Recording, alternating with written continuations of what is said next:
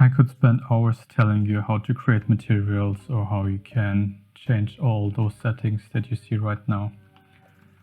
But that would be too much for this course. What I will be showing you is if you go to Edit, Preferences, or what you can also do is press F4, then Preferences, Add-ons, and just type in Material. You will see something called Material Library. Select this and then just go out. If you go into the Material tab, what we have right now, scroll all the way down, you will see something called Material Library. If you select Sample Materials, you will see different materials for you already created. You can work with them and you can play around with them. No need to change some fancy settings. And what we will be doing in this session is we're going to create a table to put this table in front of this window, this giant window.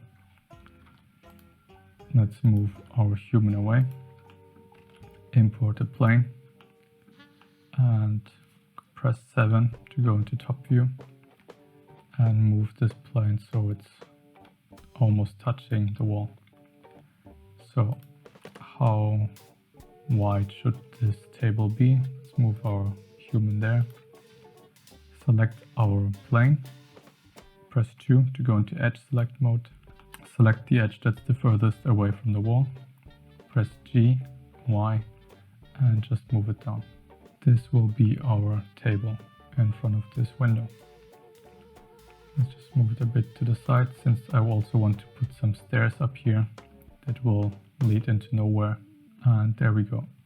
Since I moved the table in edit mode, you can see the origin point shifted, so we will move this object around this origin. A simple fix is to right click, set origin, origin to geometry, and now the origin of the plane, the table, will be there. We're going to rename this to table, and we're going to press the hashtag or the backslash button for you. Depends on what keyboard you have. So this way we can isolate the object and work with it alone. In the edit mode, we are going to press Ctrl R, and then you will see an edge appearing. We're going to scroll up the mouse wheel. You can scroll up or you can press any number, 20, and go from there. We don't need that many, just need 2 this direction.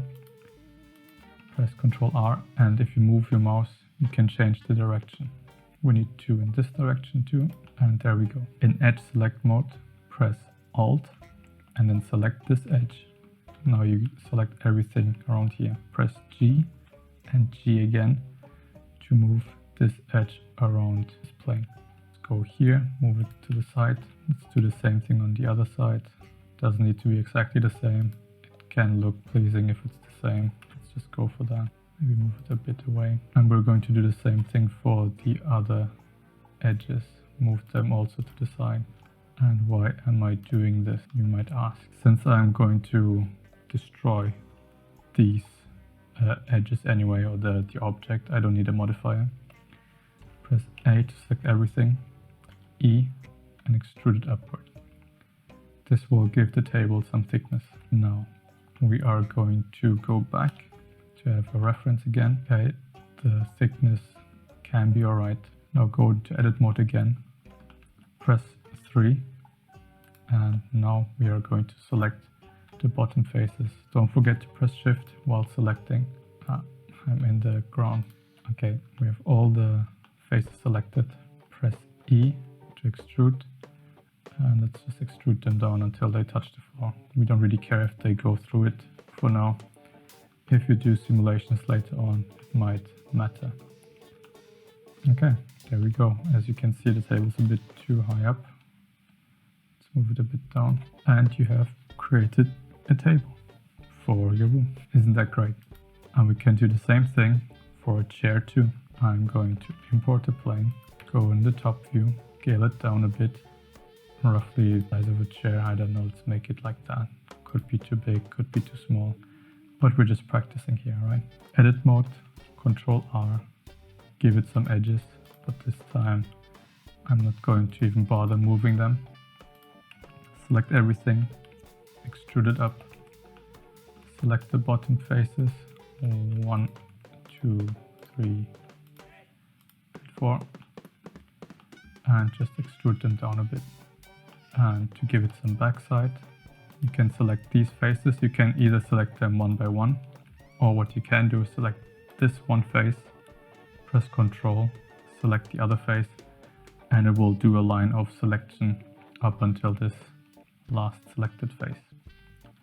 E, extrude it just a little bit, select the top face, E, extrude it, and let's just press 1 to go into front face mode, front selection mode, move it in a little bit. You have created a chair that is kind of tiny, maybe I should move it up a bit. And let's extrude the faces. You can play around with it depending on what you want. I just want this to be a little bit taller. Press G, no need to extrude it again, because extruding it gives you new vertices and more edges, so more calculations. So I just moved it. And there you go. You have a chair and a table. It's facing outwards. Let's look at it rendered. And we can give this some material. Let's select the table, give this a new material. And since we have our fancy material library, I'm going to use it. Let's go for wood and apply to selected. It's loading, it's doing its thing, and there we go. So the wood texture is already applied here. Select the chair and let's, what is a wood P? I have no clue. Apply to selected. There you go. Let's move it a little bit back, a little bit up. You can also change some of the colors here if you want it to be a little bit darker, for example. Just leave it as it is, and you basically have a chair and a table in your room. That's it for this one. We created a table, we created a chair. You have new materials that you can play around with. I hope you enjoyed that one.